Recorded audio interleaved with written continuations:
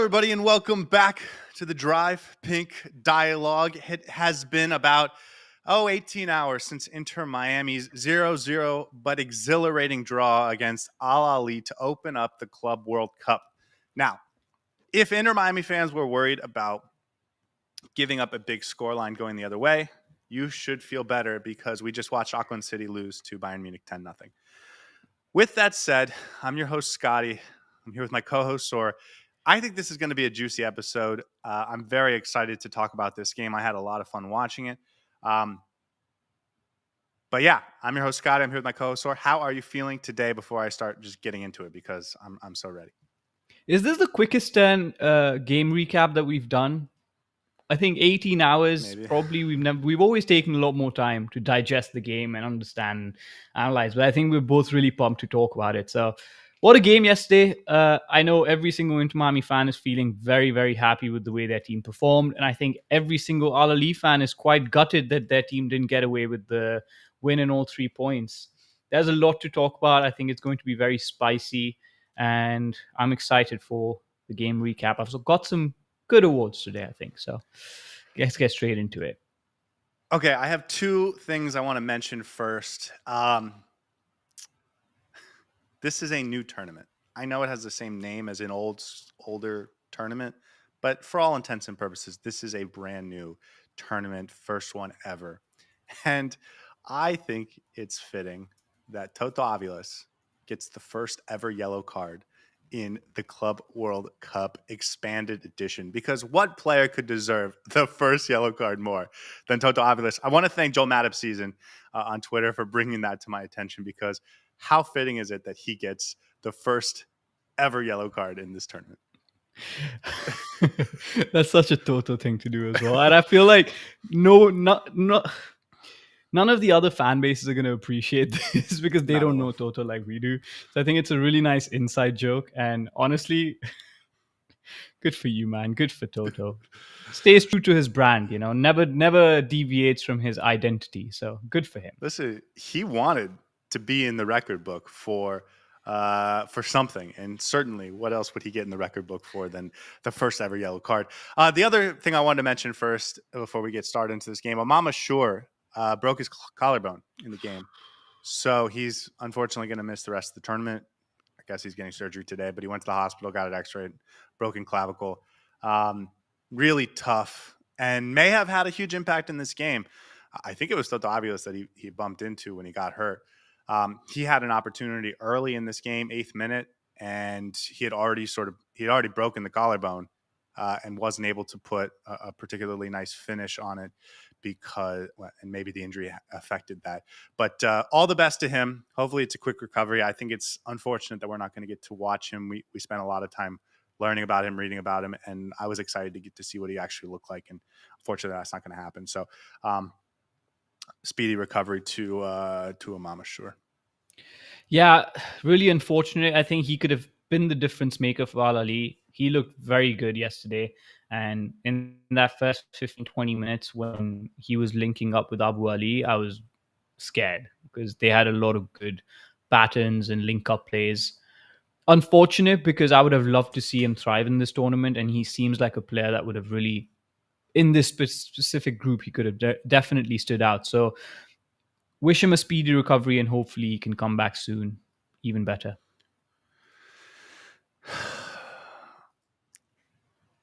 You ready to get into it, man? I'm just excited to talk about this game. I don't want to hang off anymore.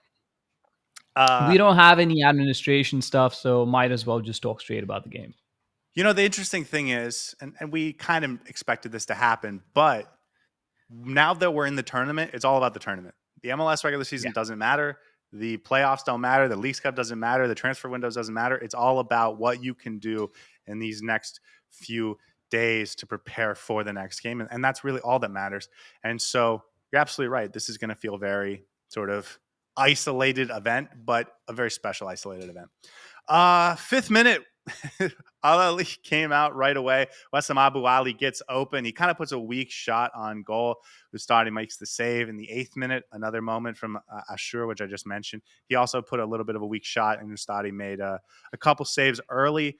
Another one in the 19th minute off a set piece. Hamdi Fati with a chance off a set piece, also kind of weakly hit, and Ustari made the save. 27th minute was the first moment I thought Inter Miami looked like they were at least halfway close to scoring a goal. Ian Fray, who had been Inter Miami's most dangerous player first half an hour, he puts in a left-footed shot from 25 yards out, trying to curl it into the back post. And I think he inspired Messi for a similar shot later in the game. The 33rd minute, I thought this was the best save of the game for Ustadi in terms of level of difficulty. Ashraf Dadi gets his head on a ball sort of right at the edge of the 6-yard box on a corner. And it's an unbelievable reaction save from Ustadi to keep Inter Miami in the game. And then the big moment, 41st minute, Zizou gets tackled in the penalty box by Talasco Segovia and is awarded a penalty for it.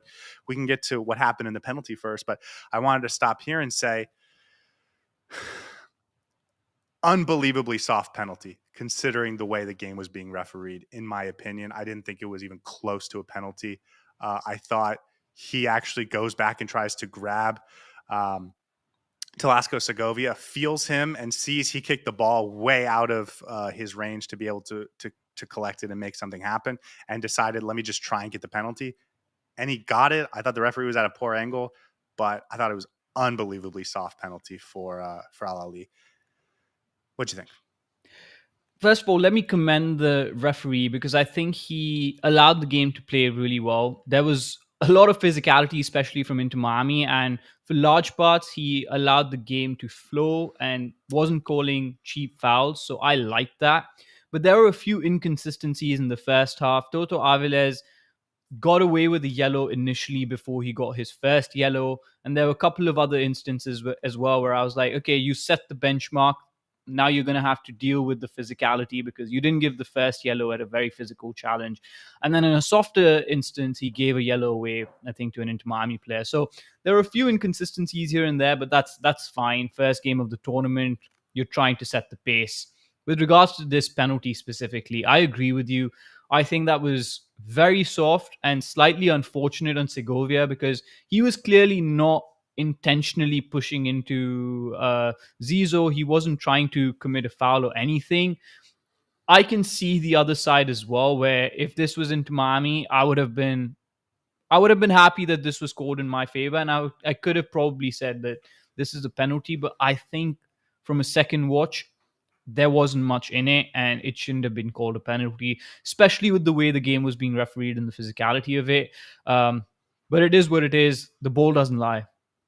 Yeah, generally there's a much higher standard to get a foul called in the penalty box. And I actually think that may have been the lightest foul called in the entire first half, just considering how sort of closed the referee was with the whistle. So I thought it was disappointing, but you know what? Ball doesn't lie. Trezeguet with a shot to his left, Ustadi guesses right and is able to sort of exit away with his wrists, sort of right back at Trezeguet, but he's not really able to handle the rebound. Ustadi picks it up calmly and is the hero. Now, we talked a lot about the second half, how it was just a completely different story to the first half. But I've also said over and over the last week and a half that tournaments are decided by moments, and games, moments can change everything, not just for the game, but for the tournament. And while I think we're going to credit the second half and halftime and the adjustment to put Cello at right back and Ian Fray at center back, it's also possible that Ustadi's save was the moment that calmed everyone down for Inter Miami. We realized we actually absolutely in this game, we're actually in control, I thought, for the last 3 or 4 minutes of the first half. After the penalty save, we had a couple corner kicks. They didn't look dangerous after that. And so if we're talking about moments that could change everything, Ustadi's save may have been one of the catalysts for an incredible second half for Inter Miami. That said, I definitely didn't think that as we went into the half. I was sort of realizing, okay, we're into the big leagues now. This could get ugly because I did think Al Ahly was the much better team in that first half without much of a doubt. I thought that the right game plan, which we'll get into, I thought the ability that they had to cut through our midfield with the pass was exceptional. They knew exactly where they needed to be. The off-ball movement and the precision with their forward passing was exceptional. And I thought the game plan was exactly what it needed to be. And so I thought in halftime, without depth at center back, I don't know what you do if you're Inter Miami to come out at this. And yet they seem to be fine. One little change and everything was much better. It's interesting because for a lot of the first half, Inter Miami had more of the ball, 57% possession, I think, for the first 45 minutes. And yet it just felt like Ahly was just all over us. And that's why they're so dangerous. They're so clinical, not in front of goal, but clinical in their passes. They don't waste the ball. So every time they had the ball, they were dangerous. They were just creating opportunities, putting balls in the right areas for their strikers, for their wingers to just get in and create goal threatening opportunities. And if they had their shooting boots on, they could have definitely killed the game in that first half and we would be done and dusted. This could have easily ended 3-0 in the first half. And Inter Miami has their head in their hands thinking, what's just happened? Thankfully, we rode a bit of luck. We absorbed a bit of pressure from them. I want to commend Inter Miami in the first half as well, because after the first 10-15 minutes, you could easily just sit back and try to defend and hope for the best. But we still had enough of the ball that we were trying to create something.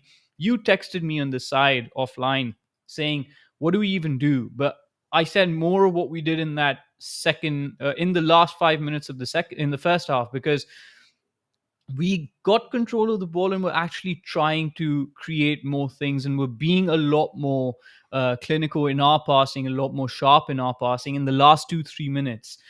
But I completely agree with you. I think that Ustari save sort of galvanized us because it almost felt like we were being a little too lethargic in our passing. We're not precise, giving the ball away. And then Ahly was finding those opportunities to just completely catch us on the counter or just create some really nice cut through passes that would create those goal threatening opportunities. But as soon as that save happened, it galvanized the Inter Miami squad and not, I think, sort of sucked away the air from Ahly because they thought, how have we not scored yet? And I think that turn happened in the first half, and we rode that wave into the second half. And in the second half, Inter Miami was a completely transformed team. A lot of Ahly fans said that Inter Miami was not as dangerous as Ahly was in that first half, but we've seen Inter Miami day in and day out, and that's how they are. That's their danger because they will keep prodding and poking, may not create so many chances in front of goal, but they just need that one perfect opportunity and they'll try and dispatch it. I think we were a lot better in that second half and it showed. Ahly, dominant first half, not that great in the second half. Yeah, and to kick off the second half, I thought one of the best chances that may have gone under the radar from a lot of people I heard talking about this game afterwards. But in the 51st minute, there's a ball sort of bouncing around in the box. Allende runs up to it and absolutely slams it towards goal. And Mohamed El Shanawi sort of gets his tricep on it and then catches it between his tricep and his sort of stomach. Unbelievable save from him. But it was the first moment that I was like, okay, Inter Miami might have a goal in this game. Like it's real for them. 60th minute, Cello gets an opportunity because of Messi. He puts it just high, but he was open in the box with an opportunity. That Messi free kick that just skims the outside post in the 64th minute.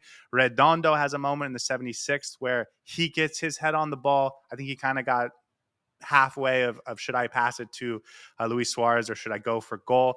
But another opportunity for Inter Miami. 85th minute, it was that cross to Fafa Picault, who Picault slams into the ground, and then I think it maybe have bounced over the net, but El Shanawi makes the save just in case. 96th minute, Messi with what would have been the absolute goal of the year in 2025 if he put that in the back of the net in the 96th minute. That would have been incredible. 98th minute, Falcone header, saved by El Shanawi's head. I mean, I don't think that was just pure luck from the goalkeeper, but you get the save nonetheless, and an incredible moment for him.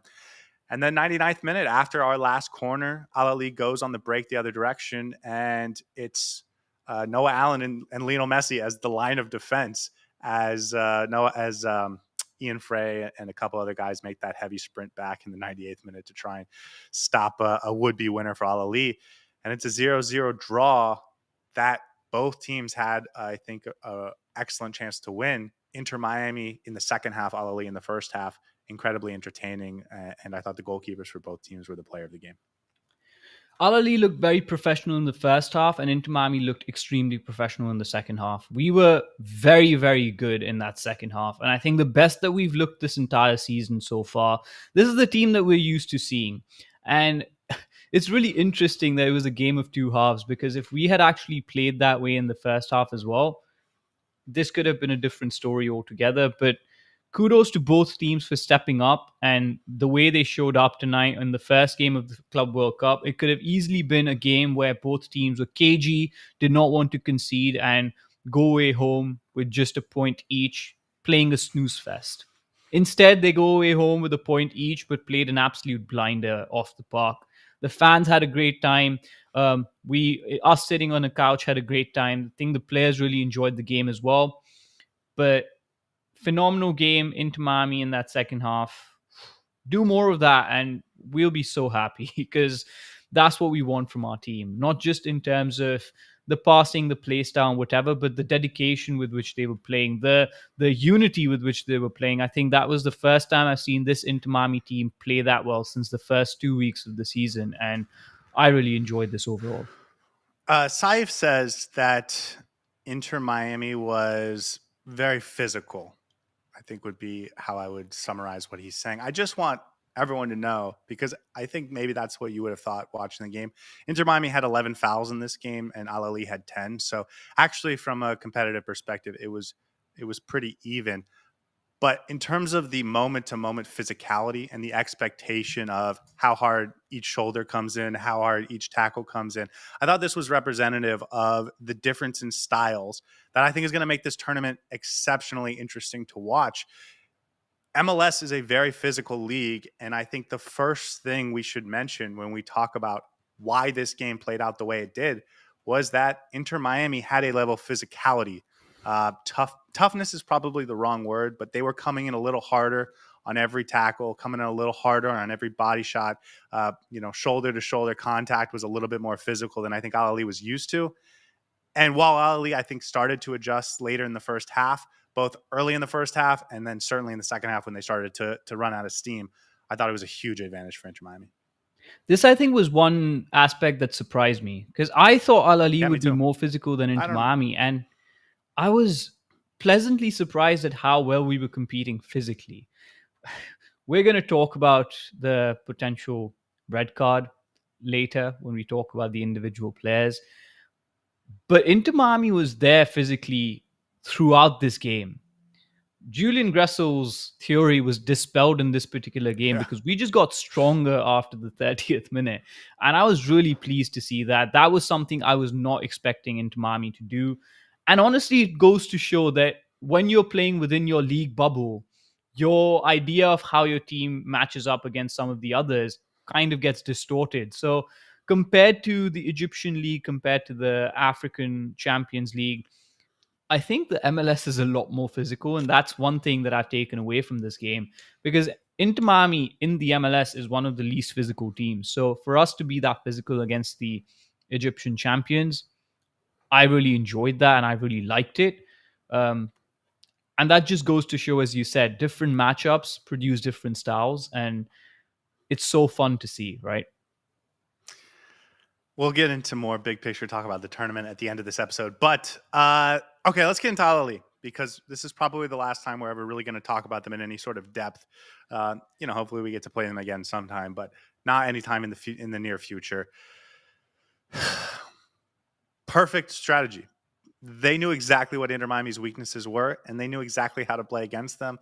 I think there's going to be at least a couple teams in this tournament who are underprepared tactically for what their opponents are going to throw at them, their opponents' weaknesses. And it's going to be because they didn't take the preparation seriously enough, or they underestimated the competition they were facing. Ahly knew exactly what they needed to do to beat up on Inter Miami, and that was make it very tight and narrow and difficult to work with, sort of deep and centrally And then when you get the ball, hit incredibly quick on the counter. Those two sort of that strategy for Ahly is what they employed for the first 40 minutes and potentially the entire first half. And it was excellent. They had the players to do it. It just felt like the 4 or 5 opportunities they did get, very weak final shots. I thought if they had a little bit more force on 2 or 3 of them, probably would have been goals. I was terrified by their front men. The front three that they had, and then Imam Mashour behind them, were exceptional in the first 45 minutes, just in terms of creating the opportunities. As you said, their game plan was on point. Defensively, very compact.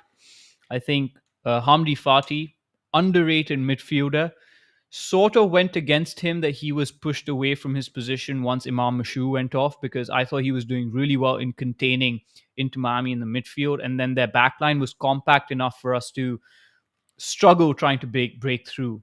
And then they allowed Inter Miami to have more of the ball. I won't say they didn't enjoy the ball, but it wasn't a 70-30 possession stats. It was 60-40, which was okay. And they knew exactly what to do when they were on the ball. Push the ball through the middle, get it to Imam Mashour, and their line-breaking passes, their through balls into the striker, phenomenal, pinpoint precision.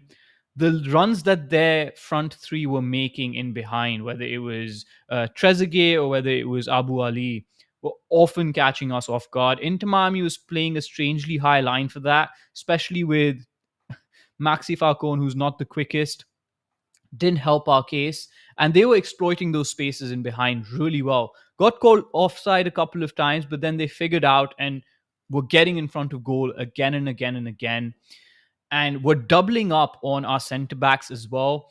I really enjoyed them playing that 1-2 amongst themselves in the front line. And just the off the ball movement that they had was really, really giving us a lot of trouble. And it was very good to see. I really enjoyed the game style that they had. I really enjoyed the offensive output that they were producing. But I agree, their final shot on goal was just not enough to beat Ustari, and they were not clinical enough in that first half.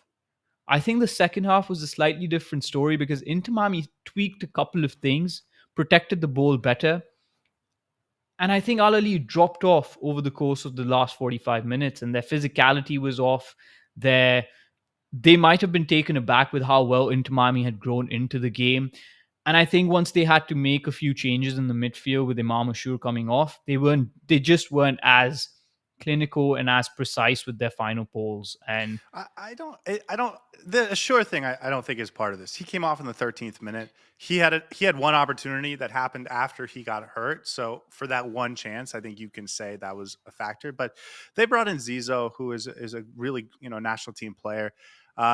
Wessam Abu Ali had a couple really weak chances on goal. yeah, Hamdi Fati, you mentioned, had one. Like they just didn't put any force into their shots, and it made it easy for easy to Oscar save. Ustari. It felt like a big moment because with the positioning that they had found themselves in and had created for themselves, you would have expected it to be a goal. But I thought the final product, in terms of the final shot, was just, I thought, really poor from them. And I thought their confidence really dried up after the Trezeguet penalty miss. Um, as we entered the second half, obviously you could see there were some tired legs. I think they did not handle the humidity as well as Inter Miami, and that makes a ton of sense because Inter Miami lives here year round. But I also thought there was a confidence and nervousness that crept into them that we probably would have predicted wouldn't have happened because of their experience. They had plenty of guys to bring off the bench that are of high quality. They took off Zizo and put in Al Shahat, who is their normal starting winger. They brought in Nate Gradishar, who is a really impressive striker for them. And like those guys would have been fresh, but I think the team mentality for them had already started to get a little nervy. They probably thought they should have won the game already. And so maybe to them, it felt like this type of game where whatever we do, we can't break through. And so we'll have the Inter Miami conversation, obviously, But in I a minute, also but just do sticking want with them. to I do want to Why did it credit go wrong? I do want to credit Inter Miami as well, and this will tie into why Al Ahly was struggling so much as well, because Inter Miami kept the ball so well in that second half. They were just so clinical in the way they were playing around with the ball. I think Al Ahly struggled, and they were taken by surprise, but they had to do a lot more work off the ball in that second half, which is tiring in that Miami Heat. And they were finding it difficult to get the ball off into Miami in that second half in the way that they were in the first half. And I think it was more to do with Inter Miami protecting the ball really well and playing their style of football. And honestly, not giving Al Ahly an inch in that second half. They were getting to the second balls a lot easier. They were passing the ball around really well. And I think the positioning of our players allowed us to keep the ball and not be pressed a lot. And we just were not getting the ball away from us, and we weren't giving the ball away that cheaply anymore. And Al Ahly had to do a lot more work off the ball to try and get closer to the Inter Miami players, try to make sure they're closing down the spaces. And when you have to do that much off the ball play in the last 45 minutes in that blistering sun, it can take a toll on you. And physically, that just completely takes away your athleticism. And I think the mental aspect also had a lot to play with this, because once they had that penalty save, it almost felt like Inter Miami was completely galvanized, and the breath was taken away from Al Ahly. And in the second half, they just did not have as much clinicality or dominance. Yeah, that was their last real opportunity. I mean, they had a Yeah. couple shots from deep in the second half, but they didn't really threaten Ustari in a dangerous way after the penalty. I think the Um, 50th minute was when they had one shot from outside the box that Ustari yeah, saved they quite comfortably, and that's yeah about. I think that was like the last one that I remember. they had. I think they had two or three of those in the second half. But again, it would have taken a mistake from Ustadi for them to have been converted. It wasn't like in the first half where they should have probably scored. Um, okay, Al Ahly,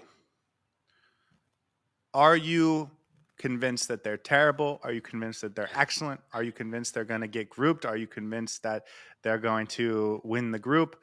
How are you feeling about them as a team as it relates to this tournament? I think this is an excellent team. I think you can see that they have a game plan. You can see they're really well prepared, well drilled.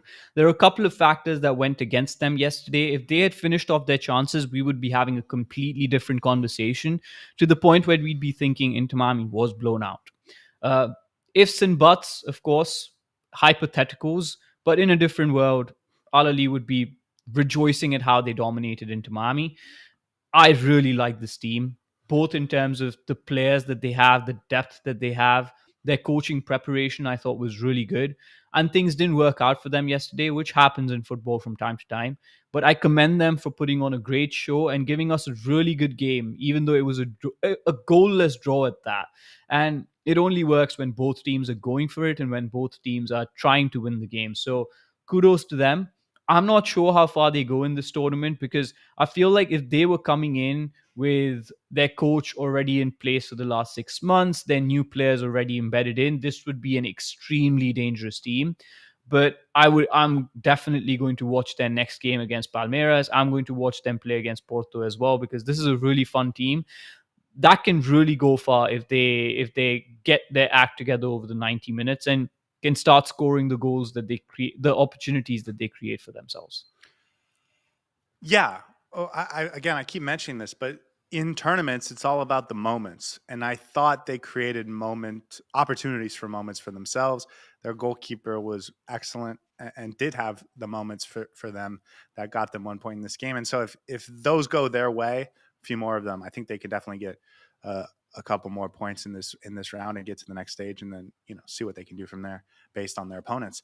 So I actually don't feel any differently about Ali now than I did heading into the Yeah. game. I thought they were going to be an excellent team. I thought they were tactically, they set up the way they should have. And then we talked about, as you mentioned, a couple new players. The coach, I'm not that worried about, because I thought he knew Yeah, exactly I what he think, needed to do yeah, against Inter Miami. exactly. But maybe the players and the chemistry is a little bit off. We saw Zizo come on and then come off later in the game. So um, I don't. My opinion hasn't changed of them. I thought they were a good team before, and I still think they're a good team now. I thought maybe there was like a 50% chance, give or take, maybe 5% for all four teams in this group to advance. Like I thought it was going to be very even, and my opinion on that hasn't really changed. We'll see what happens in this next Porto Palmeiras game, which, by the way, is why we're going so early today, so we all get a chance to watch that game. But yeah, a lot of respect for Ahly. I thought they played really. I thought they are a very good team that got hit with some things that just happen in soccer sometimes. Your striker or your forwards aren't quite as clinical, and you're playing on the road against a team that's used to the humidity, and I thought it got to them. Agree. Okay, let's talk about Miami, because that's what we're here to do. I want to start by saying I was pretty disappointed with some of the people I heard and mostly saw online talking about this game, because it felt to me like there was a ton of people that a week ago were talking about how Inter Miami was going to lose all three games by 5 goals, then talk about how disappointed they were that Inter Miami didn't win this game. And it made me so frustrated, because either Inter Miami has to prove they belong in this tournament, or they should be the favorites to go far. But no team in this tournament that's not absolutely expecting to get to the final 8 should be feeling like any positive result isn't a good thing, because there wasn't actually any idea that Inter Miami was guaranteed to get to the group stage, and people are talking about how there's no hope now, which I think is absolutely ridiculous. If you think Inter Miami should have absolutely won that game, then you should think they have a chance to still get out of the group stage. And if you felt they didn't have any chance to win that game, then you should feel really good that they were absolutely able to compete at that level. So I've been kind of disappointed with some of the analysis and some of the fan reaction to that game, because I don't think any Inter Miami fan should be disappointed in what happened last night. Even if you think, okay, there was a chance for us to win, but considering how that first half played out, and considering how everyone was probably feeling going into the game, and how the game played out, like, I think this was a really, really good performance from Inter Miami as a team. The fight to come back in the second half and all that stuff, and to come out of here with a point, I think is something Inter Miami should feel really, really good about. I think the disappointment would be more with fans who watch Inter Miami play game in, game out, and know what the circumstances around us are right now. We had a couple of pieces missing, couple of key pieces missing in Jordi Alba and Yannick Bright. That could have potentially elevated us slightly more. But regardless, I think the performance that we put on the pitch yesterday, especially in that second half, you need to take pride in how your players perform, because they really gelled together in that second half, and it could have easily been us sitting back in a defensive formation and just absorbing the pressure and hoping that we don't lose. But Inter Miami was trying to compete at every minute of this game. And I agree with you that if you thought Inter Miami would dominate Al Ahly and win this game, and you're disappointed that they only got a draw, that's fine, but it doesn't change the fact that Inter Miami still has a good opportunity against Porto and Yeah, but Palmeiras. if you felt that way, then you should still feel like they have absolutely a Exactly, chance yeah. to still get out of the Then they group. should be So, able to beat Porto and Palmeiras. So I don't think that should change your calculus or as could such. beat them. Yeah. Exactly. And then for fans who absolutely gave up of their team, like they didn't think Inter Miami could actually win, I think you should be very happy with the way that game went yesterday, because we just didn't play and were just not present and just didn't participate. But we competed, and we competed really well. And that, I think, for us was the bare minimum. So for me, I think that performance was fantastic. The game overall was really, really positive.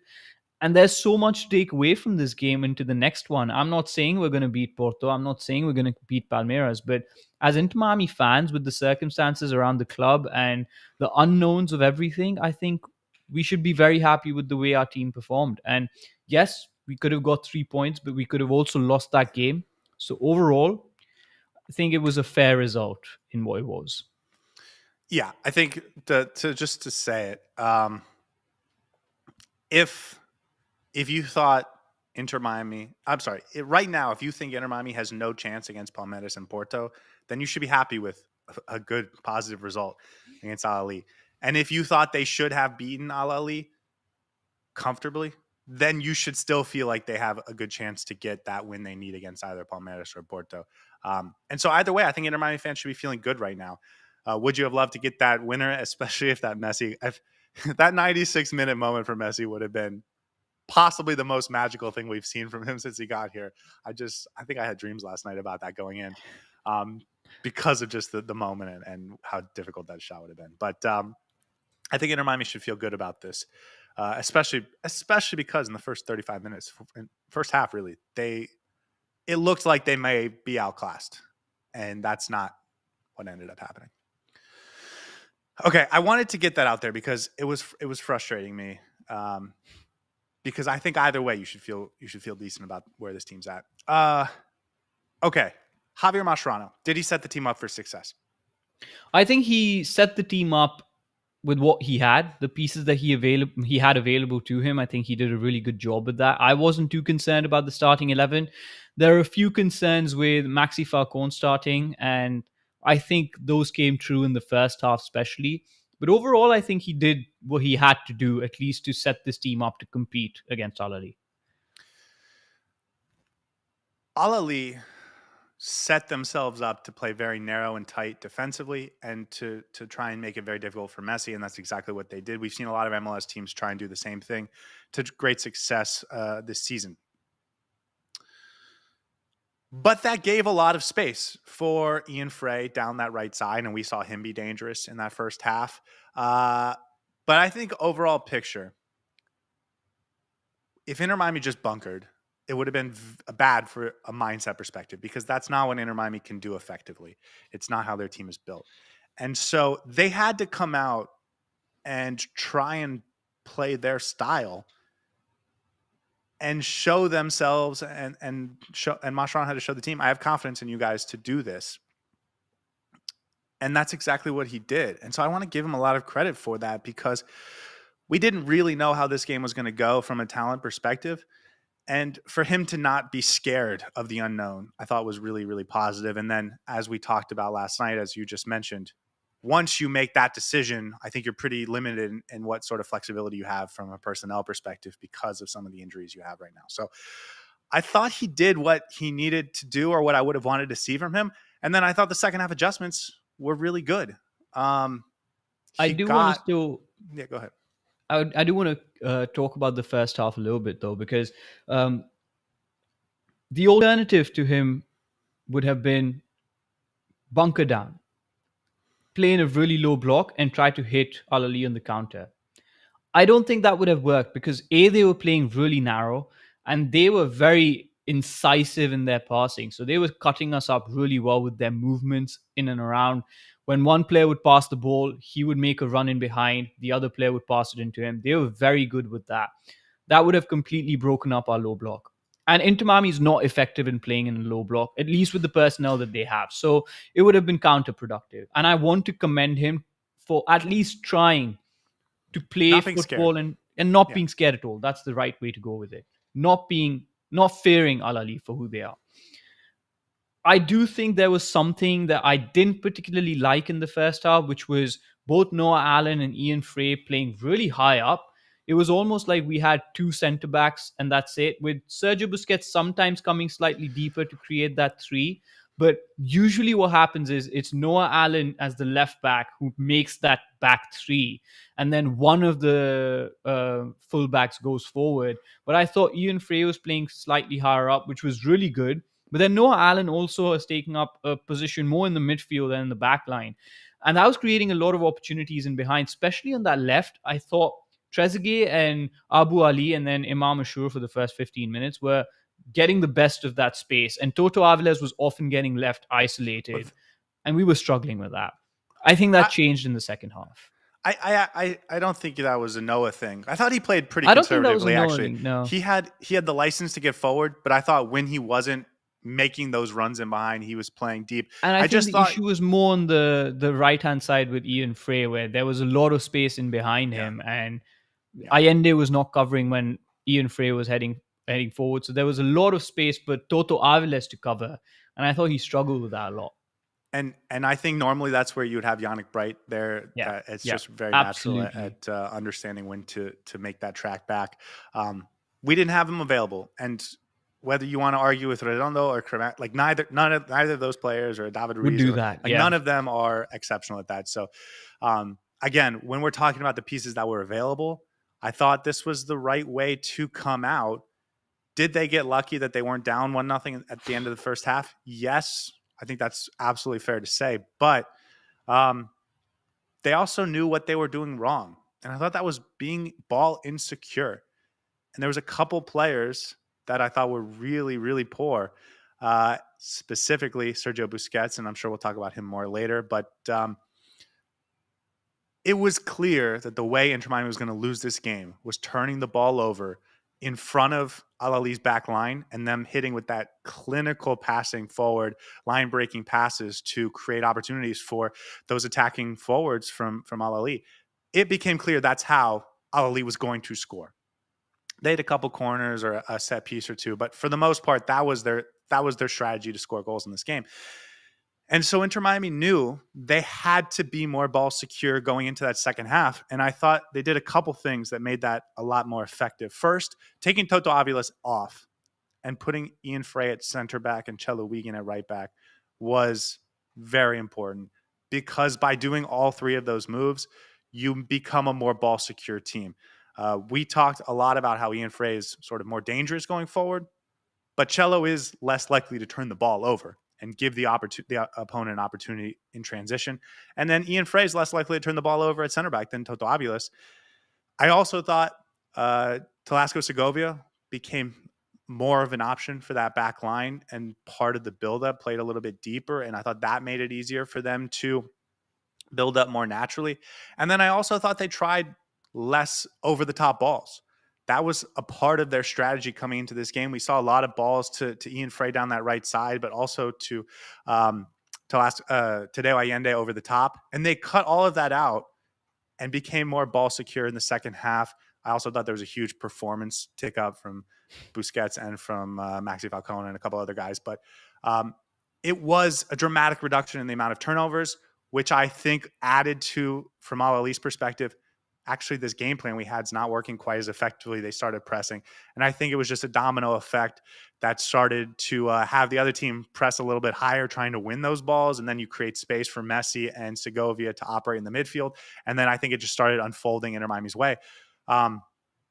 It was, I thought, exactly what they had to do in the second half. So I admire how they came out. I thought it was the right game plan. And then I admired the adjustments they made in the second half, because I thought it was everything I would have done, honestly. And I don't think I could have said it any better. But one thing to add to that, what I really liked was the fact that Al Ahly was still sitting narrow.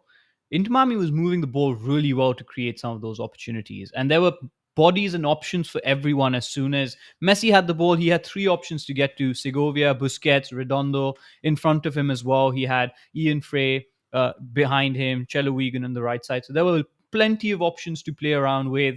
And yes, we still had a lot of bodies in the middle of the park, but we were moving the ball really well and we were being patient with it. We're not overplaying it, but also it wasn't to the point where we were playing conservative. We were still playing forward balls. And Oh, yeah. that I think I really liked. And it really changed how Al Ahly was less threatening in that second half because of how Well, ball secure we were.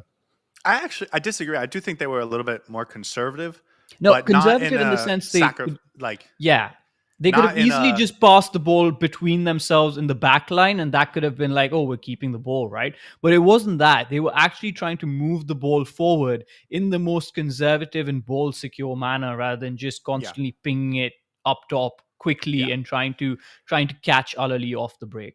They were playing for, I think in the first half, they were playing for, let's get Ian Fray with space high up the field with a single long ball, and then have him put the cross in. Let's get Tadeo Allende over the top with the one ball that would open everything for you. And I think they realized, I think part of it was realizing, hey, we can play through these guys, but B, then actually, doing it is another Implementing thing. that. But I thought they did it really well. And part of that was, like, I thought Maxi Falcone was really bad in the first half, both on the ball and defensively, and I thought he was excellent in the second half. So Do you think part of it part of was that? just they played much better in the second half. I think we can talk about in the awards because I'm Yeah. sure we're going to get to some of these players, but there's a few thoughts on that I have. Uh, the other thing I wanted to mention, because I mentioned this in the reaction last night, and I got there was a lot of feedback in our comment section about this, but uh, I said that I think it was absolutely the right choice to play Redondo over Benjamin Kramaski in the midfield, and I 100% stand by that. And while a lot of people were saying Redondo doesn't actually progress the ball very much, and that's true, I thought it was exactly what Inter Miami needed in this game, an outlet that wasn't going to turn the ball over. And as much as and highly I think of Kramaski, and I think he can do some real things in in the midfield and on this game, I thought the worst thing we could do was put in a guy that was going to make it more likely to turn the ball over. And that's, I think, what Kramaski would be. He's more dangerous. He's more likely to get you a goal, but I thought he would make it much more likely you give up a goal as well. So I absolutely stand by the idea that Redondo in the midfield, playing it safe, being risk averse, is what Inter Miami needed in this game. I don't know if playing Kramaski in the middle would have been detrimental. That is, I think, is a hypothetical that we can potentially explore. But I also don't think that playing Redondo in the middle was a bad decision or the wrong choice by any means. I don't think he was the problem in the first half. We were ball insecure, absolutely. But the reason that we got better in the second half was not because Redondo was moved out of position or Kramaski came on. It was just that we were able to play with the ball a lot better. And I just think playing Redondo in there did not really, affect the game plan as such. Redondo was just as much a part of how well we were playing in that second half as anybody else. So I think playing Redondo was fine. He is very, very simple in the way that he plays. He doesn't try too many adventurous balls over the top. He doesn't try too many through balls. He keeps it simple, keeps the ball ticking, passes it to Busquets as soon as he sees him free, or passes it backwards. And I think that worked really well for Inter Miami. He was keeping the momentum going. So I agree with you. I don't think that Kramaski versus Redondo debate actually played out in the game the way that some fans have been talking about. Yeah, and Tunde, I know you had some comments on our video last night, so I'll respond to you here. He says Kramaski can do the same thing. Any pro player can do that. If Redondo played in the same position high up the field as Kramaski, he turned the ball over just as much or way more. I 100% agree with you, except it's because Redondo doesn't go up there and try and do those types of things that makes him less likely to turn the ball over. And so it's a great thing for Kramaski to develop, and it's a great part of his game. And I think in the MLS, that's an exceptional thing to have. In this specific game where so much is on the line in every moment, that's why I thought it was the right decision to not have a player get high up the field. And you say any pro player can do that, and sure, that's fine to say, but also different players have different tendencies. And if you have the type of tendencies that are going to put you in more dangerous positions, but also positions you're more likely to turn the ball over, that can be a detriment to the team. So I thought it was the right decision to have Redondo play in this game. And even when Kramaski came on, I was a little nervous that it was going to be for Redondo. Not a sentence I ever thought I would ever say, but I thought it was the right decision to not take Redondo in this game, even after he was on a yellow card in the first half. Yeah, I was a little concerned that he was taking Segovia off, but I think it turned out for the better. Okay, I think we touched on most of it, but I just wanted to, I wrote down what did they do differently in the second half. I thought they were just more ball secure. I thought putting Segovia more centrally gave them more options in the midfield, and they were trying to hit vertically less and just play through the midfield more. And I thought it worked. It worked fine. And we had talked about, can Inter Miami actually play their game and compete at this level? And I think we saw, yeah, actually, if you do just calm down and you do just take a moment, and you do just do the things that you're supposed to do as a professional, you have the athleticism, the talent, the technique to be able to compete at this level. And we saw that in the second half. I think for me, it was the technicality. I was utterly happy and pleasantly surprised with how technical we were in that second half. We were just, I think, technically superior than Ahly in that second half, especially with the ball. And I've really enjoyed that. And that proved to me that Inter Miami can actually do this at such a level. And I had my doubts. I definitely had my doubts. But that second half, we didn't change much in terms of completely switching out the personnel or changing the way we played. We made minor tweaks, and then we just uplifted our own level of game. And that, for me, I think was the biggest thing out of this game. The fact that Inter Miami was able to raise the level of their game without actually having too many options to change around. Like, you didn't have Yannick Bright coming off the bench. You didn't have Jordi Alba coming off the bench or playing in the first half. You didn't have that many changes that you could make potentially to the 11 that you're playing. So the fact that all 11 players on the pitch raised their levels was, I think, the biggest takeaway for me. Yeah, and I mentioned this last night. I don't think you have anyone else off the bench.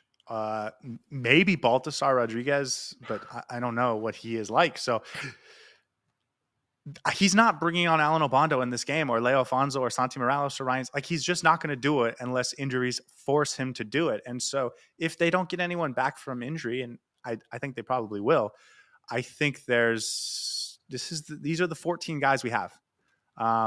We have those starting 11 and 3 subs. And if it's not for those 14, we're in trouble. And so I think it's really important that Jordi Alba and Yannick Bright come back for this next game, and David Martinez, because just having the depth, especially as we talk about potential yellow card accumulation heading into that third game, like, it could be a problem. There is one last thing I wanted to mention quickly before we get into awards, because I think we're going to have a long conversation in awards, and I want to spend some time talking about the rest of the tournament as well. So I will just say this quickly. Ian Fray is fearless. Noah Allen absolutely belonged in that moment. Benjamin Kramaski, I thought, and we've seen this over the course of his young career, no fear from him in big moments. And then I watched the Mexico-Dominican Republic game last night, and Edison Azcona, also former Academy product, was just ripping through that Mexico defense in the first ever game for the Dominican Republic in the Gold Cup. He was awesome. Scored a goal. The kids coming out of our academy are so ready for the big moment. It is so cool. It is so fun to watch. And like, we think about the nerves, and Toto Aviles looked like he had some nervy moments, and Federico Redondo looked like he had some nervy moments. Ian Fray didn't have nervy moments. Noah Allen didn't have nervy moments. These guys come out of our academy and they are ready for the big moment. And that I just wanted to highlight, because it is so fun and awesome to see the guys coming out of Inter Miami 2 in the youth ranks just be steely eyed, because they're ready for the big moments in the world stage. Absolutely no fear, man. That's all that you can say about these players from the academy. Ian Fray pirouetting in the middle of the park, doing backflips with his in the final third, trying to get the ball in. Just so dominant and so nonchalant about it.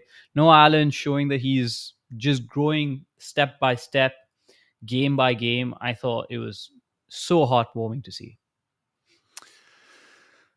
Okay, should we get to awards? Because I still have like 15 things to talk about, but I think they're probably related to Let's get to individual awards, differences. because I'm gonna start complaining. I love my Okay. awards, you know that. It has been 2 weeks since we did this, and so I had to double check with our records keeper.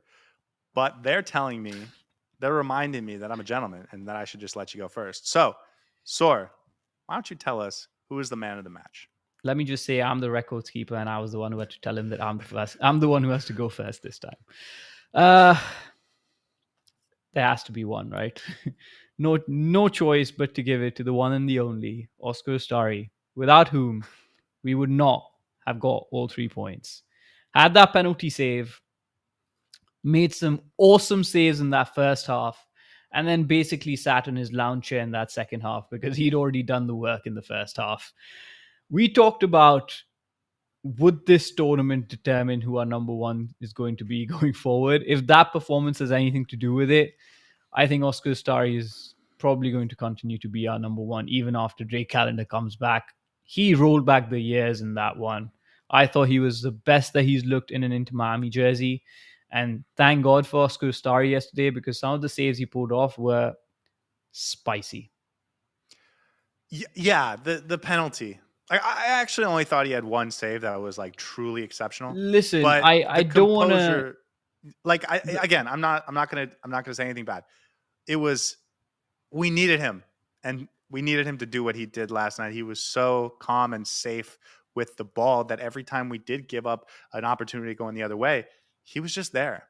And as the game started to roll forward, I think our defenders started to get more confident that, listen, I can be a little bit more within myself. I don't have to be hyper nervous because the goalkeeper's got us. And I think that's huge. Again, that 33rd minute save off of a corner, Ashraf Dadi gets a head on it from like the 6-yard box, and it's a nice header. And Ustari makes an incredible save, and then Maxi Falcone clears it. That was awesome. But the penalty save that's everything, right? And it wasn't a Because bad penalty either. It was a decent enough penalty that he had to dive for. And also, of course, the rebound didn't come off. We got very lucky on that.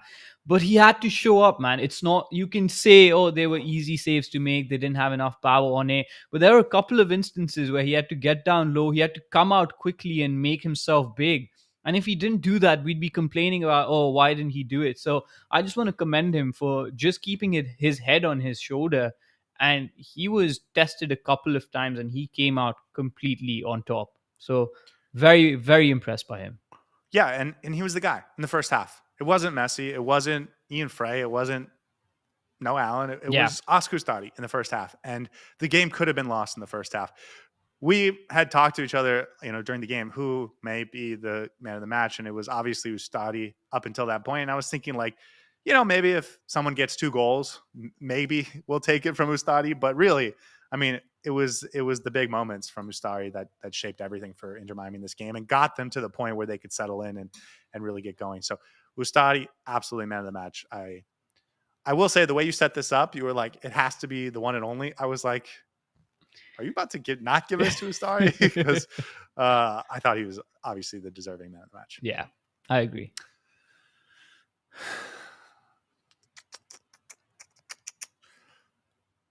I thought it was difficult to give this second award, the Heron That Flew North, for a while, because I was looking at the performances and I thought a lot of poor performances in the first half, followed up by some really exceptional performances in the second half. And so I sort of landed on a player for a while. And then I started thinking back on the game and I remembered there was an errant pass here that was really poor. There was an errant pass here that was really poor. And there was a giveaway here that was really poor. And so for the Heron that flew north, I have to give it to Sergio Busquets, because I thought this may have been his worst game at Inter Miami.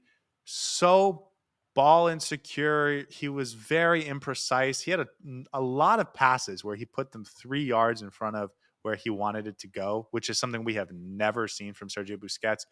Some poor giveaways. There was one moment where he kind of gets the ball stolen from him and he does that thing where he falls and he always gets a foul called in the MLS, and he didn't get it in this game, where it was like, I just didn't feel like he stood up to this moment. And I wonder if we got to the limit of what Busquets can really do, where his quality and his intelligence is so good that it still works in the MLS, but maybe this level is sort of, now he has to play well. And if he doesn't have a great individual game, it's going to really show. But for me, it was Sergio Busquets. He gets the yellow card for no reason at the end. I'm giving him Heron That Flew North for this game. For those of us who are joining us for the first time, the Heron That Flew North award is an award that we give on the show to a player who does the wrong thing, like the Florida Herons, who don't fly anywhere. So I think it's slightly harsh. I did not see the same game from Sergio Busquets that you're describing. Maybe I did not look at him as acutely. I didn't think he had a particularly great game, but I also don't think he played the worst game that he's played for Inter Miami. I don't think that was the case. Again, we haven't had the opportunity to rewatch the game, but I thought he was fine. First half, he wasn't great. Second half, he was perfectly fine. He's obviously had better games for Inter Miami, absolutely. But I would have given this to Toto Aviles just because I think he had a poor first half performance, and honestly, a couple of instances where he could have really cost Inter Miami the game. He got lucky not to get that red card, and I would have given it to him. I don't have an award for Aviles, so I'm happy to talk about him right now. But when it comes to Busquets, I thought he was poor, but not necessarily the worst I player on the think pitch. I also should say we did not get a chance to rewatch the game because Dazin wanted us to sign up for potato. Dazin wanted us to sign up for the $25 premium package to rewatch the game, and that wasn't going to happen. So, granted, this is sort of me thinking back on the game, but I can think of 3 or 4 times where he had just errant passes that maybe we had a guy open getting forward and it could have turned into something, and B, it immediately turned into an opportunity going the other way. So, and I think Aviles was the other player I was thinking about giving this to. But I think Aviles played almost exactly like we could have imagined. No way in 100 years would I have thought that Busquets wouldn't have been up for this moment. And I didn't think he was. It's your prerogative to give this award, so you may have your reasons, and that's fine. I can live with that. I think he'll be fine in this tournament. Maybe he gets found out, and maybe that's a conversation we can have after the next game if he has another poor performance. But I can forgive him a little bit in this game because I think he's been really good for Inter Miami over the last 3 months. So, and I mean, since he's got here, but over the last 3 months, I think he's been one of our best players. So I can forgive him for this game. But we'll see. We'll see whether he's capable of performing at this level still or not. I did hear a few Ahly fans call Inter Miami the Inter Geriatrics.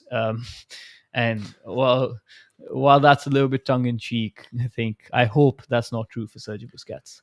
Yeah, and just on Aviles, because I'm not going to give him an award either. 3 yellow card moments where he should have gotten a yellow card. He only gets 1 out of them. Absolutely. I actually thought they weren't going to sub him at halftime because they didn't have anyone to sub in. Like, I was nervous about that, but it was the right call to sub him out. And if we had any more depth, I think it would have been an obvious call. But he looked nervous for the moment. Yeah. And I talked about how that was different than Fray. And he had a lot to do in that first half. He did. To his credit, he tried his best, but oh well. Yeah. The best part is if we might need him to start the next game. Right? The thing is, he's going to start the next game and he's going to get a yellow card, and then we won't have anybody in that third game to play that role. So we're going to have to play Ryan Sailor. Yeah, hopefully we get Jordi Alba back so that Noah can go back to center back. But okay, let's go to your first award. We get 2 individual awards each. And Saur, you're going first. What do you have for me today? I'm going to go with the Daruma Doll Award. And this is a reference to a Japanese toy. The Daruma Doll Award. Or the Daruma Doll. I don't know how to pronounce it, but yeah. Let me just look at who played. If anyone has a Japanese connection. No, you're going to give this award. Nationality. You're going to give this award to Lionel Messi because this means something amazing in Japanese. I don't know what it is, but it means something amazing in Japanese, and that's what Lionel Messi was. Did you ever have that toy as a kid which had like a rounded bottom and you just hit it and it bounced back? So you'd hit it again and it bounced back, right? Right. That's what a Daruma doll is. And there's a philosophy in Japanese which says 7 times down, 8 times up, just like a Daruma doll. And that means that every time you're knocked down, you get back up. And just like he was knocked down in the first half, he got back up in the second half. Maxi El Peluca fell on. La Peluca. Such La Peluca. Actually, La Peluca? El Peluca. I don't know. Fallon. Maxi Fallon. We all doubted him. I don't think any of us wanted him to be the starter in this particular game. I don't think you wanted, obviously, Toto Aviles and David Martinez. I would also agree with that. I think first half I saw it, I was like, he's not up for it. There was this one run in the first 5 minutes where he was able to keep up with Abu Ali, but barely. And he hit the ball away. I was like, okay, that's like slightly worrying because if he has to constantly do this for the rest of the game, he's going to struggle. And then the whole first half, I thought he was very, very much the second person to the ball when it comes to going up against their attackers. Not as quick. Spacing was all over the place. And then the second half just completely flipped, just completely changed. And I don't know where that performance came from because I don't think tactically much changed. I thought, of course, having Ian Fray next to him helped a little bit. and we may be playing a slightly less high line, but we still were quite high up. But he was just so good in that second half where you're like, okay, this is a whole other player that's playing for us. And I wanted to commend that because I don't think anyone expected, at least on this podcast, for Maxi Falcone to have a good game. And he did. So At halftime, I was thinking like, what do we do about this? Um, and I was thinking almost that it would be better to take off Maxi Falcone than Toto Aviles. And Aviles was was like one foul away from getting a red card, and I still thought it might be better to take off Maxi Falcone because Maxi Falcone was much worse in the first half and looked incapable physically. Like he was getting beat for pace, and there was a couple times where, as you mentioned, he sort of was able to body off Wessam Abu Ali, and it was because he had a head start and positioning, and that was the only thing that kept him in front of the Al Ali striker. I was very nervous in that second half that he was going to be the player that cost us. And you're right. Unbelievable second half. I don't know what changed. I think it might be the biggest difference in the first half and the second half is not what we did tactically. It's not what Telasco Segovia was doing. It was what Maxi Falcone did. Just absolutely out muscled and out physical Wessam Abu Ali on every ball that Ali was trying to hold up, and he just took it away from him. Was very good in transition. Was a part of the team being much more ball secure going forward and changing the game. So second half performance, it's like exceptional. And the first half was so bad that I was thinking like, let's take him off instead of Toto Aviles. So I don't know where that leaves me for the whole game, but I think it was a big part of why we were so much better in the second half. also, I think I may have called him Maxi Felon a couple of times. I thought that was when you said that, I thought that was part of your award somehow. I was trying to think of what his nickname was in Spanish, and I think I butchered his English name. So apologies for that. But you know what? He did play like a little bit of a felon yesterday. First half, not that great. Second half, fantastic. All right, what's your next award? That's an excellent question. I'm giving out the Fear and the Fearless award. I'm just glad you didn't give the Heartbeat award because I would have called you out in that. But the Fear and the Fearless award. So there's two people, the one who fears and the one who's fearless. There's just one. It's just one person. One person gets the award. Goes to Ian Fray. Absolutely fearless. Goes to Ian Fray because he's absolutely fearless. I guess I mentioned it. I forgot that I was going to give an award about this, but that whole conversation I had about our academy players just not having any fear in this game, that's what I wanted to make this award about. Some of the players that we have spent big money on to bring in, you could see the nerves. They were not comfortable in the first half. Maxi Falcone, who's played in the Copa Libertadores, Federico Redondo, who's probably also played in the Copa Libertadores and had a big transfer fee. Toto Aviles, big transfer fee. There was some nerves. You know who was absolutely ready to get the ball every single time Inter Miami had it and wanted the ball every single time Inter Miami had it? Ian Fray. And I think he was the guy in the first 10, 15 minutes that made you think, okay, at least there's something we can lean into while we're trying to settle into this game. He was absolutely happy to take that ball down that right side. And then you put him at center back, and he's exceptional. He was the best center back on the team, as well as we thought Maxi Falcone played in the second half. Ian Fray was just as good. There was some fear in some of the hearts of some of our players, but not for Ian Fray, who was an absolute dog. The only way to tie a bow on this conversation is to reference that last minute run where Ian Fray outpaced every single player on that pitch and made that tackle to make sure the Al Ahly player does not get a shot off. Maybe the Al Ahly player could have done better, but the fact that he had the pride, the guts, and the desire to get back to make sure that this game remains goalless, phenomenal. just completely sums up his performance yesterday. I thought he could have been a contender for the man of the match if Ustari hadn't had such a phenomenal performance. And Ian Fray, man, that boy is going to go so far. I can see him being scouted in the next 6 months, and I won't be surprised if he does go. I think he should listen. If he has two more performances like this against Porto and Palmeiras, I think he should be on the U.S. Men's National Team September roster. They're playing Nathan Harriel in this Gold Cup, who is a backup on the Philadelphia Union.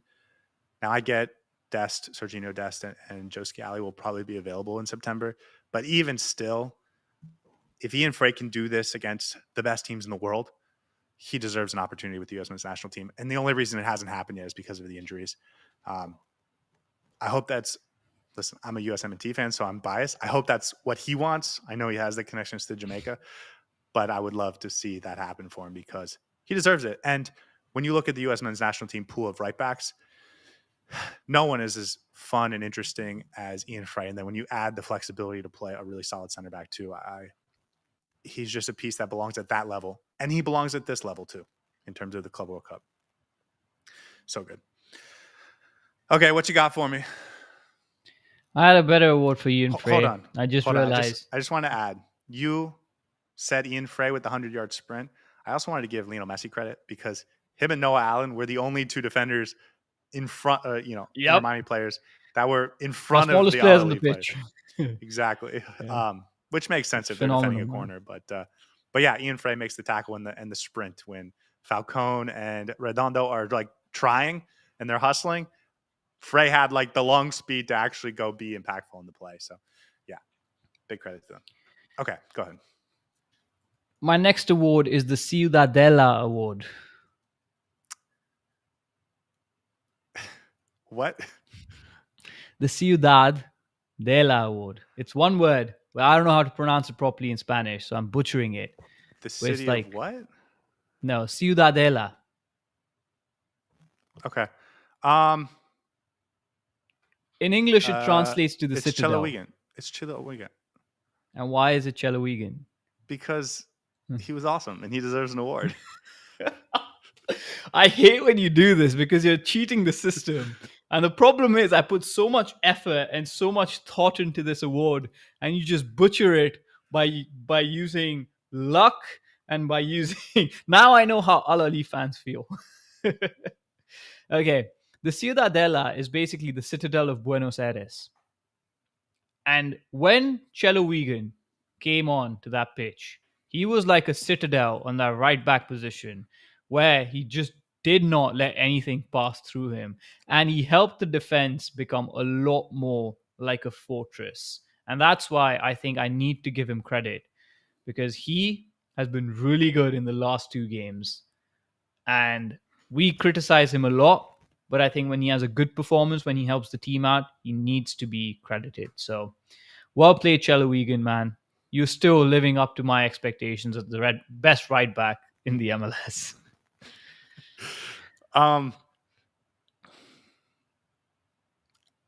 It's a great performance from Chalawigan, and he proved he belongs there. And like if we were talking about guys that might not really be able to handle themselves at this level, like I think Cello would probably be like yes, but yes question mark, not yes period.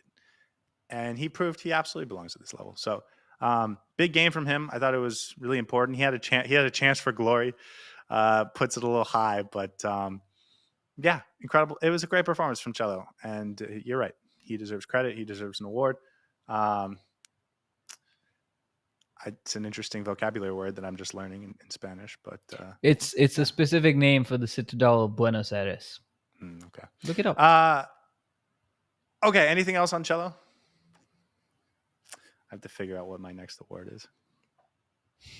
As you can tell, we're very well prepared in this show. Well, I write down my awards and then I send them to the graphics department in a certain order. And then I have to sort of adjust based on the awards you give. And so I don't always know where we're going with this. But I'm giving out the Trapdoor Award. Okay, let's see. Who's the player that's left? I don't want to do it that way. Okay, the trapdoor award. So trapdoor is something that's on the floor or wherever, and it's not really visible, but then somebody might fall through it. A trap door. Does this award go to No Allen? What makes you guess that? I don't know. I just wanted to give him an award. Um, with the final award of the night, I'm giving an award to the most deserving player outside of Oscar Ustari. That's Lionel Messi, who gets the trapdoor award. The trapdoor is the trick to a magic trick. And magic tricks are awesome until you know how they're done. And then it's not quite as impressive. And I think Ahly knew what the trick was with Messi. They knew they had to make it very narrow defensively, take him and Suárez and either force them to evacuate the areas they like to play in or to sort of run into a bunch of bodies that they put in there and he wasn't going to be effective there. And in the first half, they knew the answer to the magic trick. But some tricks are so good that they pull through anyways. He was awesome in the second half. I think Ustari is the man of the match, but Lionel Messi is certainly the man of the match other than Ustari, because he wanted this game more than we've seen him want a game for Inter Miami in quite some time. And the effort he showed, and then more than all of that, I think the mindset change from the first half to the second half, I've been giving a lot of credit for that to Messi instead of Mascherano, and that's not going to change right now. He played like a captain. He played like the best player in a very difficult game, and I'm still dreaming about him hitting that 96-minute long shot from deep into that top left corner, because that would have been the magic. There was no magic today, but Messi was still Messi. He was world class. He was world class yesterday, and he had world class moments. He almost pulled off one of the best goals of the tournament potentially. He he had so many good opportunities, but for me, none of that mattered. What mattered was the desire that he showed on that pitch yesterday, because you can still see he wants this. He still wants to play this game, and we've constantly spoken before the tournament began. Where's his head at? What does he think about this tournament? He's playing for pride. He wants to show people that this is a team that belongs here, and he's willing to take this team by the scruff of its neck and carry them across the finish line if he has to. And he played so well yesterday. That last minute you've already mentioned, him and Noah Allen, nobody would expect Lionel Messi to be defending for his life there. And yet he was there. Phenomenal. Phenomenal performance, phenomenal desire. Mistiano says that goal would have been Puskas worthy as the greatest goal in the world for that year. I think it would have been, and it was a wonderful save by El Shinawi that robbed us of that moment. But I If still only have they it up didn't here. have a goalkeeper. That was a nice save. Like, not every goalkeeper Yeah. makes that No, save. that would have been sick. Okay, and you're right. The last 98th minute, getting back defensively, right? It's just him and Noah Allen back there for a while until a couple other guys, including Ian Fray and the cavalry, come to stop it. But the effort, the hustle, the desire, and I think the mindset from the first half to the second half, I'm going to give him credit for it. No direct reason why, just other than the fact that I think he's been the catalyst for mindset shifts for this team over the past couple weeks, and I want to give him credit for it because it's just awesome and it's a privilege to watch him play. Okay. Anyone else that you wanted to talk about? Luis Suarez, there was some conversation in the chat about him. I think he's got to play the next 180 minutes because he's the guy. He's the guy. I'm trying to remember what someone said in the chat yesterday because it was really, really poignant about Luis Suarez. I'll tell Please you. do. He doesn't play well until he does, or he doesn't play well until he scores, something to that nature. Yeah, and I think it was Luis Suarez isn't until he is, or something like that. And that's exactly true. you have to take the chance with Luis Suarez. He's probably not going to have the best 85 minutes, but if he can put on a really good 5 minute performance, he'll score 2 goals within that. So you have to play him. I thought he was And fine yesterday. I didn't think yesterday he was particularly bad. He didn't lose the ball unnecessarily. He was doing well with the link up. So no complaints from me. And I'm a big Luis Suarez detractor when he's not playing well. So I was fine with his performance. just like Messi, I thought he also had like an extra gear to his intensity and effort in this game. Not that he ever lacks effort, but I thought it was just an extra step with how hard he was pressing in this game. Um, I don't think Fafa Picault at striker. That's not what this tournament is about. No. It's not about Alan Obama. It's about Luis Suarez, or it's not going to be about any striker. But if it's going to be about anyone, it's going to be about Luis Suarez from that position. So he's got to stay there. Velasco Segovia, I thought he was exceptional in the second half in terms of creating space and being sort of the guy that pushed the ball from the back line to the front line. That's exactly what I want him to be. Allows Messi to play higher up the field. I thought he was really good in the second half. I was actually pretty nervous when he came off because I thought we might give up a little bit going the other way, and I actually think we did. But I thought he played really well. Yeah, he's so good in the middle of that park. And there's just something about his game where when he's playing with the ball at his feet, he's just a different player completely. So I really enjoyed his play. And I would have actually at that time subbed off Redondo and brought on Kramaski because I was a little nervous that Segovia is coming off. But I think it was the right decision. I really like him as a player. Phenomenal. Today Allende, I thought he did what he needed to. Like I thought he was fine. He was fine. Yeah. If he gives us a goal in this tournament, that's going to be like a thumbs up bonus. But he was doing the things I thought he needed to do, and I think since we traded Robert Taylor and Julian Gressel, like we've robbed ourselves of a lot of depth and options there. That like we need him to play well, and he's been playing fine. We stopped going to him in that second half because I thought that was part of the plan. Exactly. Yeah. And that was fine. And then last one, Noah Allen, who I thought had a really nice game. I thought he had a couple of iffy moments at the start of the game, but then he really grew into it. And again, I thought he was really good as the left back. The last two, Fafa Picault, he had that header opportunity, which I think he probably missed. I think he hit it too low, and it was going to bounce over the keeper's head, but they end up with a corner. And then Kramaski, I didn't think either was particularly impactful, but I didn't get a chance to rewatch the game, so we can leave it at that. Okay. Inter Miami has 1 point. Ahly has 1 point. If we stop the count right now, we go through. So, Yeah, let's just stop Palmeiras and Porto from playing any games. Exactly. Yeah. Palmeiras and Porto play tonight at 6 p.m. Eastern time, and that's why we wanted to do this episode a little bit earlier so that everyone could go watch that game. I'm having a little bit of crisis for myself and my soccer fandom, and I want to end on that. But before we do, let's talk about the rest of this tournament because it was all hypothetical before yesterday, and now it's all very real. And so if we're thinking strategically, this is just my brain going, and so I want to get your thoughts on it. I think the goal should be, or the plan should be, you pick which team you think you have a better chance of winning against, and the other team you bunker, and you try and get a 0-0 draw. But beyond that, even if you do lose, you lose 1-0, because if we finish with 4 points, the goal differential is going to matter.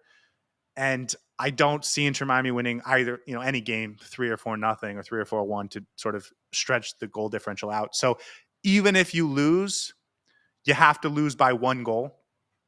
And so I think you look at Porto, you look at Palmeiras, and you say, which one do I have a better chance of winning against? And the other one is very defensive, trying to get out of there with a 0-0 draw, but at worst, a 0-1 loss is the way to play this. And I know that might sound different than what we were talking about a week ago, but I think now that we're in it and now we see what the first game's like and now we see how the tournament's starting to unfold, like I think that should be the plan for Inter Miami. I think I agree with you in this. You have to pick your battles. You have to be pragmatic about it. The first game, you set the marker down. I thought the game plan was completely correct. And you have to decide which team it is that's most likely to, where you're most likely to get the result and the points. I think the next game, depending on how we play against Porto, is obviously going to determine. If we win that game, then it's going to be fantastic, and we can think about how we want to play against Palmeiras. But I think it's going to be a really tough game to win. Well, So that might I be the think game I would bunker down. I think that's the decision. And here's what I was thinking about today. It may just depend on who wins tonight for Porto Palmeiras, because if it's Porto and they get 3 points, then I think they're probably thinking we can kind of cruise and we will win one of these last 2 games and we'll get through. And they may say, let's rotate a little bit so we don't get into yellow card trouble. Yeah. And I think it might play into Inter Miami's advantage for game 2. And then the other flip side of that is if Palmeiras wins tonight and they get 3 points, they may be clinched by the time we play them in that third game. And so for the same reason, they may be rotating. So it's hard for me to think Palmeiras won't take that game incredibly seriously, but it's not about the seriousness. It's about, do you protect your players from yellow cards and stuff like that if you're already through? I don't. And then obviously we'll see in that game who, if one team is just much better, I think we should be more scared of them. But I think maybe that decision won't come until after the game tonight. It'll be a good marker for us as well, this game tonight. So I'm excited for that. Hopefully it's a good game. You think we can get through? Always hope, man. Always hope. That sounds but to not just let you off the hook, that sounds like you don't really think so. No, I don't really think we're going to get through. I'll be honest. I don't. I think Porto and Palmeiras, we can. Yeah. There's a chance. Again, there's a chance for us. Okay. Realistically, I don't think we get through. Okay. You're asking me a question. And No, but that's what I wanted. Yeah. No, I don't think we get through. I think we're going to put up a good performance against Porto, but we're not going to be able to win that game. And I think we might lose against Palmeiras. But that's where I'm at right now. I want to see both of those teams play tonight and get a sense of how they play and what they are. And then, again, matchups can completely change my perception. So at this point in time, I thought we did really well against Ahly, but I think we're going to have to step up even more so, because if we play the way we did in the first half against Porto or Palmeiras, they're probably going to punish us, and we're not going to be able to survive another game with that much luck in the first half. If we play the way we did in the second half, I think that's a completely different conversation. So there's still a lot up in the air in terms of how we play and what team shows up on that game against Porto. Has your opinion changed since kickoff yesterday? Slightly. I think we'll be more competitive. I don't think it's going to be Inter Miami being blown out completely. I think we'll be a lot more competitive. I think we have a better chance for sure. We might actually eke out a draw against Porto or against Palmeiras maybe, and that would be, I think, a decent result. And I think we definitely have a better chance than we did before the tournament started. Yeah, I agree with that. I think that's not just where I am, but it's where I think Inter Miami fans should be. I don't think last night was a disaster. In fact, I think it makes it more likely that we go through, because I get we didn't get 3 points. We only got 1, but we got 1. And sometimes that can be the difference. And 2, I think we proved we can play at this level. Exactly. And so I think we're more likely to get that second half performance from the get-go than we are to get that first half performance repeated, especially if we can get a couple players back healthy. If you give me Jordi Alba and Yannick Bright against Porto, I'm ready. Let's rock and roll and see what we can do. That'll be a different conversation. And I also think we're not going to get blown out. I agree. I think if we lose, we'll lose 3-1, not 6-0 or something like that. Yeah. Because I do think Ahly is a good team, and I think we proved something last night. I agree with you. Okay, and I want some advice. Let's enter Heron therapy for a second. This Porto Palmeiras game, it's at 6 p.m. The U.S. men's national team plays at the same time. And I couldn't be more turned off and apathetic about the U.S. men's national team right now. And I'm so invested in this Club World Cup right now. And so I'm going to put 2 screens up and I'm going to watch both. But I think I'm really going to be watching the Palmeiras Porto game and just sort of have the U.S. men's national team game in the background. Does that make me a bad USMNT fan? No, it doesn't.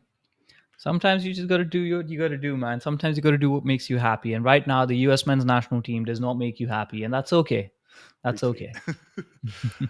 uh, all right, man. Final words. Look at us keeping it to 90 minutes in a game where there was a lot to talk about. I had so much fun watching this game, and I guess I just want to finish there. It was a blast. I think the LAFC game is the last time I was even close to that, having that much fun and being unable to sit down. That second leg against LAFC. And it just hasn't felt like that for Inter Miami in the regular season in the MLS, because it's the regular season in the MLS. And that's why I think it's crazy people don't want to be in the US Open Cup, because you get sort of a similar do or die vibe. Not quite similar, but more of a do or die vibe. I had really a lot of fun last night. Yeah, and a big thanks to Ahly for being so competitive and showing us a different brand of football that Inter Miami is not used to. A big thanks to Ahly fans who showed up in huge numbers and created a fantastic atmosphere. For anyone saying that there's going to be empty seats and not enough tickets sold at the Club World Cup, well, the opener proves that that's not the case. When fans show up, they show up in numbers. And huge thanks to Ahly fans, but also Miami fans for representing. And just such a phenomenal game. So much fun to watch. Best 0-0 draw that I've seen in a while. And hopefully that sets the tone for the rest of the tournament. I know the PSG Atletico Madrid game is going on right now. I haven't started watching it yet. I'll probably watch the second half, but hopefully that's a fun game as well. But a great way to start the tournament. And I'm glad that Inter Miami got the opportunity to kick things off and prove that we're more than capable of putting on a show and entertaining people. Because that, at the end of the day, is what football's about. So that's where I'm going to end that with.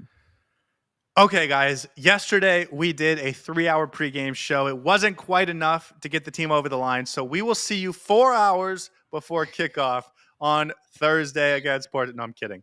We'll be back an hour before kickoff to do our game breakdown in the pregame show. That's the next time you'll see us live. We'll probably put out a video before then. But until then, guys, I hope you have a lovely night.